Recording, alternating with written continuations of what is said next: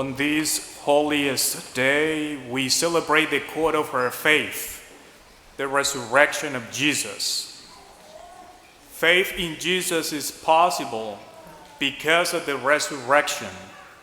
Without it, faith would be worthless.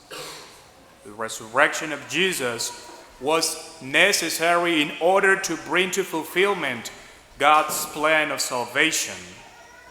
And this is why the risen Lord himself is our Easter proclamation, and his resurrection is our victory, a victory that has been ritualized and celebrated for 2,000 years in the celebration of the sacraments, in the celebration of the liturgy. In fact, the Church is the continuous sacramental presence of Christ in the world, who continues serving us to each one of us through the celebration of the sacraments. It is Christ himself who continues serving us through the celebration of the liturgy. Yes, my friends, Jesus continues serving each one of us anytime we come to celebrate the sacraments. For it is Christ himself, the principal agent of every celebration. It is Christ himself who in service to us baptizes, forgives our sins, anoints the sick and dying, and celebrates the most holy Eucharist. It is Christ who presides over every celebration, and this is possible because of the resurrection. It is possible because of the resurrection. And it is through this extension of his ministry on earth that we experience the power of the resurrection. It is through his ministry that we receive in our lives the power of the resurrection. So the question is, what are we to do now? What do we have to do after celebrating the resurrection of the Lord? The gospel answers these questions.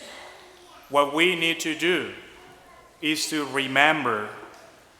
We need to remember the mysteries of our salvation so that we might have understanding. And by understanding, we may have faith. We need to remember daily the passion, death, and resurrection of Jesus so that our faith might be enkindled and strengthened, empowered by the resurrected Lord. It is interesting how the gospel tells us that the women were terrified. They bowed their faces to the ground because they didn't know what was going on at the tomb. They didn't understand anything that the angels were telling them. However, so that they can make sense of what they have heard, they are told to remember what Jesus said about his passion, death, and resurrection. The Son of Man had to be handed over, crucified, and risen on the third day. And despite their fear, the women remembered his words. Our remembrance of the Paschal event, our remembrance of the Paschal mystery has to enkindle our faith. And with this remembrance comes understanding. And with this understanding comes belief. We have to remember so that we can have understanding to carry in our lives, to carry within ourselves these holy and glorious mysteries. Wait a minute. To carry these mysteries in our lives, I think we're forgetting something. We're forgetting something very important. We are forgetting that we already carry these mysteries because we were immersed in the waters of baptism And through the waters of baptism, we were immersed in the passion, death, and resurrection of Jesus, which means that we daily carry these holy mysteries. Therefore, my friends, we are the people of the risen Christ. We are the people of the risen Christ, and we have received this grace of being part of God's people because of our baptism. We are the church of the risen Lord. So we need to become more aware of these holy mysteries in our lives, to be able to live them out, to be able to truly bring to fulfillment these mysteries. This is why we need to remember daily what Christ has done for each one of us.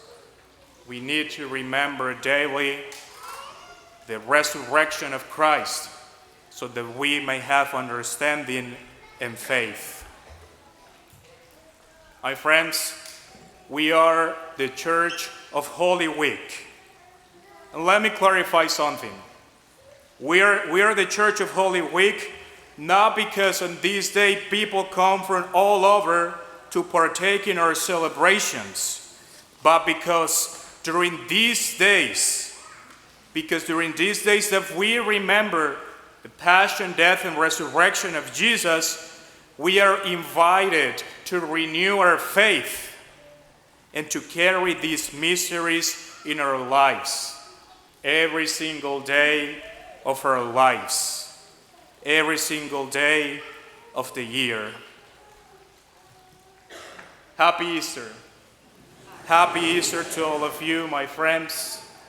And may the peace of the risen Christ fill your hearts and minds so that you might understand the mystery of your salvation, and by understanding, your faith may be enkindled.